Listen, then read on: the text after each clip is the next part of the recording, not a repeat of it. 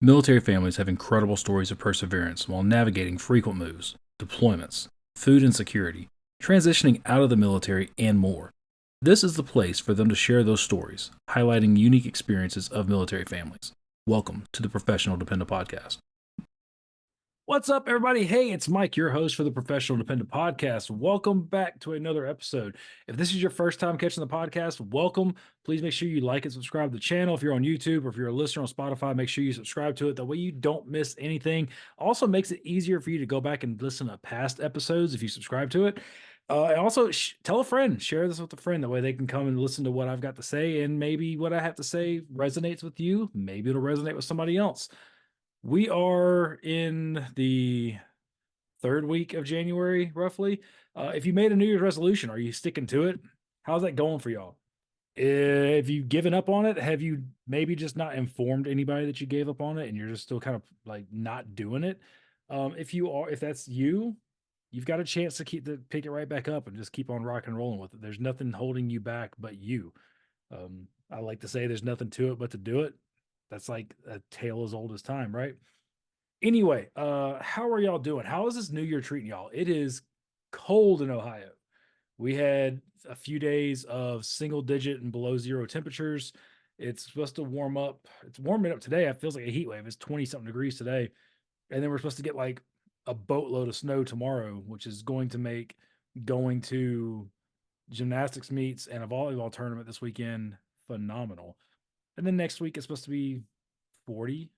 I mean, what? 40 degrees? That's gonna be crazy. Anyway, I'm not mad about 40 degrees because I work outside, so warm is good for me. What are we gonna talk about today? I had a whole thing I was gonna talk about, like New Year's resolutions and sticking to it, coming and doing the whole thing. Like if you've fallen off, you can come back to it. Maybe you need to maybe you need to like laser focus in on it, fine tune your resolution a little bit. And then I saw a post today by Michael Quinn. Mike Quinn on LinkedIn. He is a former sergeant major, former Army sergeant major. And he talks a lot about business um, and spouse employment, military veteran employment. He talks a lot about the transition from active duty to being a civilian or veteran and how to navigate that transition, what you need to look at, some different tips and tricks on how that can work for you. But he made a post today that got me thinking. He posted the whole idea of, college has been pushed for many years. I know whenever I was in high school, I personally didn't feel like I had an option other than to go to college. Large portion of my family are educators. Most of them have at least a bachelor's, if not a post-secondary, postgraduate degree, or a graduate degree rather. Um, so I really kind of didn't feel like I had an option other than to go to college. Do I regret that decision? No. That's where I met my wife, and that's where our whole story started, was whenever I was in college. So I don't regret it at all. I don't regret the things I learned in college. I don't regret what I learned about myself in college. But he made a post. Mike Quinn made a post about going trade schools and going to a trade. And I have said to friends and family that I wish I had learned a trade earlier. I'm handy. Okay, like I can do some plumbing. I can do some easy, like if I wanted to swap out the ceiling fan above me, I could do that no problem. Swapping out light sockets, putting in GFCI outlets. I can do basic stuff, but I'm no electrician. You don't want me to come in and rewire the panel in your house. Yeah, I could even swap out breakers. There's some basic things I can do. Um, but you don't want me to be the guy to be like, yeah, I'm gonna put 5 of these lights in your ceiling. That's not what you want me to do. Could I do it? Maybe. I could try it at my own house before I try it at yours though. Plumbing.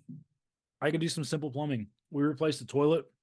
I can replace faucets. If I can see what I'm working on, where a leak is coming from, I can fix that. There's a lot of stuff I can do, but I'm no plumber. I'll tell you the one I really have zero clue about is HVAC. I wish if I could pick two that I had wish I had learned, it would be HVAC and welding. Welding, I just think is phenomenal. I think being able to take metal and melt it together into something different is nothing short of wizardry. That is, welders are crazy in my book. Like they're some of those guys and gals, their skill level is off the chart. But what the whole point, what he was saying was these skill jobs, these jobs where you have to do a thing with your hands, that's something that can never be replaced. Like there's a lot of things, excuse me, that are people are worried about being replaced by AI. I'm big into photography. You know, becoming a better photographer was one of my New Year's resolutions, and I'm sticking to that. I'm doing pretty well, getting better and better. People worried about AI coming in and just being able to generate photographs. And we're already seeing it. A lot of people, if you go on LinkedIn, if you go on any of the social medias, a lot of people are posting AI generated artwork. They go to one of the to Chat GPT or what's the one? Is it Butler or something? There's another one. I can't remember the name of it offhand, but they're going to some of these different AI helpers and they're getting it. They're saying, I want a picture depicting this, and they tell it some parameters and it generates an image. Um, so, or they're taking a picture with their phone and they're going to AI and they're plugging that photo into AI and be like, hey, edit this photo. I want it to be brighter or darker or have this, make it look like the 1940s. Like they're doing different things with it to give it a different look. I just said the 1940s. I don't know if anybody would actually go through and want to look like they're in the 1940s. If you do, cool. But anyway, but learning a skill, something that is tangible that you can do with your hands is not only is it never going to go away, it can never really be replaced. You know, I understand that some people are like, oh, well, they have welders and machines in machine shops. Yeah, but you can't take one of those giant automatic welders out into a field and pipe fit with it. You can't go to somebody's house with a giant automatic welder and weld up you fix a grill or weld up a hitch for a truck. Like there's things you can't do with a machine, right?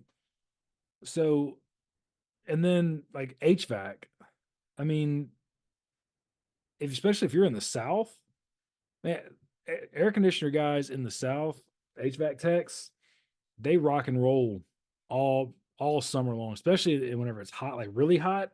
I'm talking triple digits. Those guys rock and roll all the time, and and by God, they earn their money because that is a lot of those HVAC systems in the house are in the attic, or and that is if it's 110 outside, it's 130 in that attic, and so they are working hard. But where I'm going with this is every single place I have been, every state I have been to, if I have come across somebody that works in a trade, they always say they could use more help. Think about this if you're a military spouse. If you're a military spouse, and one of the issues that we have, and a lot of us have, is the ability to find meaningful work. And one of the things that they being like the overarching DoD, right? One of the things that they keep pushing, saying, "Oh, look what we're doing to help military spouses," is they're saying, "Oh, become a medical coder, become a phlebotomist, go work in childcare." Well, now you've got a very small number of positions that are available at each duty location with a very large number of people competing for those positions. So, if that is the case, then why not try to maybe branch out? Let's say you like working with your hands. I'm not telling you to go be a welder if that's not your thing, but what if you like looking at schematics? What if you like running wire and figuring that stuff out? A lot of these trade jobs aren't insanely physically demanding. Yeah, welding is pretty physically demanding. Plumbing, we had some plumbing work done here, and it's a good thing that my plumber worked out because he had to bust out a concrete wash tub in the basement and towed it out in some buckets. So I actually ended up helping him out with part of it because it was heavy, and me and him were two big dudes, and we were able to get it out. But a lot of these jobs are not necessarily physically demanding. Sometimes it's austere conditions. Sometimes you're working in hot. Sometimes you're working in cold. You're working with your hands. but they pay really well. And I'm got to tell you, this is the is this state number 6? I think this is state number 6 that we've lived in. Every trade person that I come across says they could use more help. My plumber, he started. He matter of fact, my plumber was active. He's active duty military, reservist, and he said he was at a point now where he has to hire people. And this was his own gig. He started working for a guy, realized that he could do the same job, make more money if he did it for himself. Started doing it on his own, and now he's got more work than he can handle. Now, this is a guy that was working for another guy that said, "Hey, I'm going to do my own thing," and now he needs more help. So you see what I'm saying? Like, if you can learn a trade, your your ability to transfer jobs and your ability to find work, especially if it's something you enjoy doing, goes up what feels like exponentially. If somebody's in the trades, let me know. Like, am I way off base here? Am I just completely seeing things wrong? Or is it because I'm looking at the idea of suggesting that military spouses learn a trade? Is it because I'm looking there that I'm seeing these numbers and these things that are saying people are looking for help? Because if I'm way off base, somebody tell me, because I don't feel like I'm way off base. I feel like I'm kind of hit something here. And I've never seen in 13 years that my wife has been active duty, I have never seen anybody suggest military spouses learn a trade, because those certifications, those are just as easy to, those are pretty easy to transfer from what I understand. I have a really good friend that he was a master plumber, or he is a master plumber in Arkansas, and went to go work in Montana pretty easily. That he's a master plumber in Montana, and he lived in Arkansas for his entire life. So I don't know. Like, is it easier to transfer jobs as a tradesman? You know, again, if some of y'all are listening, y'all are in the trades, let me know. Am I way off base? Because if I am, I will never bring this up again. But I really think that the ability to have a trade, the ability to work either I mean, and there's lots of trades out there, electrical, roofing. I can tell you right now, roofers are in high demand. It's a pretty seasonal work. And a lot of those guys and gals, well, there's real honestly not a lot of gals in roofing. There's a lot of ladies but you know what, ladies, if y'all want to work with a roofing company and learn the office side of that, roofers are always in high demand. So if you're good on the business, on the back end, on the office side of that, probably be pretty easy for you to transfer. There's lots of roofing companies out there, and if you're good and you can get some references, then you're probably squared away.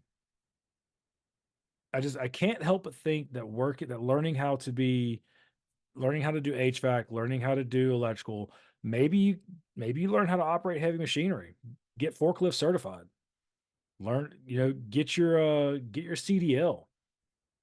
Every single place I go, I have always seen, looking for CDL drivers. And CDL doesn't just mean driving a truck. Like an 18 wheeler. That's not There's different levels of CDL. You get a CDL to drive a dump truck. I mean, really, once it's over, I really don't remember what the weight of it is, but once you hit a certain weight and then you add air brakes, you have to have your CDL. But I know there are only so many, like where I work right now, they need people to see, they're struggling to get people through their CDL to drive some of these trucks, and they're always backed up on different work they can do because they only have so many people that have their CDL. They can't drive the bigger trucks.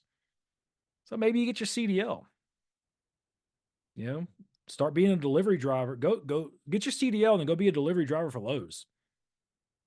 Then they don't have to pay for you to get your CDL. You've just got it. I mean, I'm sure that there's different states have different requirements, but it's if you pass your CDL once, again, this is one of those things where I bet if we as spouses start saying, "Hey, this is what I've got, and this is what I need to help transfer," they've already worked on being able to transfer your license as a teacher, as a real estate agent, as a lawyer, doctor, EMT. They've got all these different things that they've worked out to be able to transfer your license. So why not tradesmen and why not like CDL and stuff like that? Y'all let me know because I really think that this could be something that we could push for and get some traction. This seems like and I know just because I'm saying it doesn't make it right, but this seems like this should be easy. Because I was really thinking today, I was like, I would really like to learn to go and learn how to either do plumbing or electrical. I mean, HVAC would be cool too. There's not a lot of them that I've always wanted to learn how to weld. I keep telling everybody I want to learn how to weld because I want to melt metal together and do cool stuff. You ever seen like somebody that's really good at welding? Their work is like even if they're just welding two pieces of together into a 90, if it's a good weld, it is gorgeous. The way those dimes stack up, it is something else to see entirely. And people that can weld aluminum, geez Louise. A pretty aluminum weld or titanium weld is just you could put it belongs in a museum, to quote Indiana Jones. So that's where the more I thought about that today, the more I really think that could be the next thing for spouses. That we talk so much about needing childcare and needing good paying jobs, needing access to good paying jobs. Why not the trades? Again, this is the sixth state that we have lived in. Every state that I've been in, almost any trade has been looking for help. And the trades pay good. I mean, you're talking $26 to $35 an hour on the low end. Obviously as you get started, especially as you're just getting started, and if you're union, you might start a little bit lower, and as you get as you're an apprentice, and go through journeyman, etc. But once you work your way up, and here's the thing about the trades that doesn't hold true for a lot of other industries. If you've done your time as an apprentice and you go to be a journeyman, you don't have to go backwards. You don't go back to being an apprentice. You're a journeyman until you hit that next level. That follows you through. And I know I'm right on that. Like they may want you to prove yourself. Like if you're let's just say HVAC, if there are certain skills that a journeyman HVAC is supposed to do, there might be a test. Like, okay, well, show me how to purge this tank or whatever. I'm not an HVAC person. I don't know what HVAC does besides for make the heating and cooling work in my house. And for those people, I am eternally grateful, especially when I lived in the South. So I'm sure there's a test. I know for a fact there's one for welders. If you're at a certain level in welding and move, they're like, well, I need you to show me these three or four things, and we'll believe you. You show them those three or four things. Okay, cool. Let's rock and roll. And I'm sure the same thing exists for electrician and for, I mean, I don't, drywall. If you're an interior, or what about painting? Any of that stuff. If you do drywall, if you can paint, if you can float in mud drywall, my hat's off to you because that is work. I have drywalled a couple times in my life, and taping, floating, muddy, all that. Oh, especially when you start sanding it and that sand, that dust from the drywall gets everywhere. Again, don't get me wrong. Whenever you have somebody that's good, it is good. It is really good. And if you're good at it, you're not gonna have a hard time finding work. So that's what I want y'all to do. I mean, I don't even know how long I've been recording. When I record on here on Zoom, it doesn't show me how long I've been recording. And no, it hasn't been long, but I've got like three other things going. I've got laundry going. I've still got to find time to write today. So I've got a lot of things going on, but I really wanted to get this thought out into the public. Let me know. If you're on YouTube, leave me a comment. If you're on Spotify, or can you leave comments on Spotify? I know you can on iTunes. But if you're on YouTube, leave me a comment. Let's have this conversation. Military spouses, if they made the barrier of entry easier to get into the trades, would you consider it? I can tell you right now, I would. And I have 2 advanced degrees, but I would 100% in my 40s learn a trade if I knew it would be easier to transfer as we PCS. So would you, that is my question to you as a military spouse and other military families, the barrier for entry was lower, or at least if you knew the barrier for entry, like if the barrier for entry was there, and I know they have scholarships for it. So if you knew what the barrier for entry was, and you knew that the ability to transfer was easier, or was easy, or was even possible, would you consider a trade as employment? Because here's the thing, blue collar work pays well. It's not super glamorous.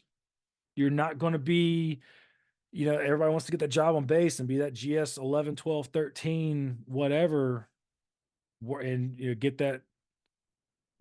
able to do all that stuff. Blue collar people make good money. So your ability to have childcare goes up because you're making more money. If it's something you enjoy, your quality of life is going up because you're not only are you making good money, you're enjoying what you're doing. Um, I'm really having a hard time seeing the downsides. I mean, don't get me wrong.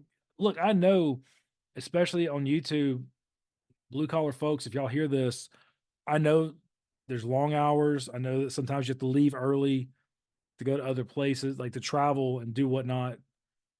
And I know sometimes you work long, sometimes, especially if it's if you're the kind of a tradesman that works out of town gigs. But if you're just working, let's say you're working local and you just work like a handyman type gig, but you work electrical. You can do electrical and you can do drywall and you can do some plumbing. You can stay local. And a lot of those folks work 9 to 4. Some of them work even less hours than that. And a lot of them, if you stay past 5 o'clock, they start charging overtime. It's just something to think about, right? I have not heard anybody. I consider myself to be pretty well connected as far as when it comes to issues in the spousal community and different people that are working on, ways forward and spouse quality of life and things like that. I consider myself pretty well connected. I know a few people. I've not heard anybody talk about working in the trades as a spouse. So maybe this is a conversation that we need to be having. I know I'm willing to have the conversation if somebody else is willing to have it with me. So if any of y'all are out there and you are a spouse working blue collar jobs, let's talk. Let's figure out if this is a way forward, or am I just talking in circles and this is not something that needs to be looked at. But if we're always going to talk about spouse employment, and if we're going to talk about quality of life, finances, food insecurity, childcare, things like that, one of the biggest barriers to childcare, besides availability, is cost. I can tell you right now that if my kids were younger and needed childcare, I would not be able to afford working the job that I have right now. The job I have right now pays like $15.50 an hour, but it's only part time. I'm not allowed to work more than 29 hours a week. You do the math. My last paycheck was $749.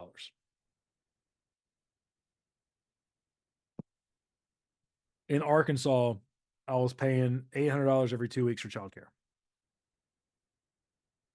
So I would be losing money to pay childcare. So let's have this conversation, y'all. Let's somebody, if somebody's listening and you're blue collar, specifically working blue collar in the US, because I have no idea if any of this would be feasible overseas. I know there's a whole nother can of worms when you start talking about work visas and being a spouse and working overseas. I know that is a whole nother thing. And I guarantee you that the requirements to work blue collar overseas is completely different than the work over here, just because everything is different. but I really want to have this conversation. I think this is worth focusing on, worth talking about. And it's just one of those things that just came to me today because of something that Mike Quinn posted. So, Mike Quinn, I know you don't listen to my podcast, but thank you for the inspiration for today's thought and for getting it going in my head. This might be something that we can seriously look at to move the needle forward for spouses and make it a little bit better for us and for the spouses as a whole. Because if we can improve the spouse quality of life, get spouses making more money, doing things they love, I think we can find that a lot of things are going to be less impacted on the military family as a whole. So yeah, that's where I'm at. Y'all have a fantastic day. Got a guest lined up for in the next few weeks. We're just working on some scheduling things right now. Again, if you're a blue collar worker in the U.S., I'd love to talk to you, especially if you're military connected. Either if you're either a veteran, active duty working blue collar on the side, and you've been able to transfer your license back and forth, to different places. I'd love to have a talk with you. If you're a spouse and you're blue collar and you've been able to do this, let's talk, y'all. I think this is a conversation worth having. This is definitely worth elevating, and I am willing to elevate it. Y'all have a fantastic day. If you're somewhere where it's really cold, stay warm. Y'all have a great day. Cheers, y'all.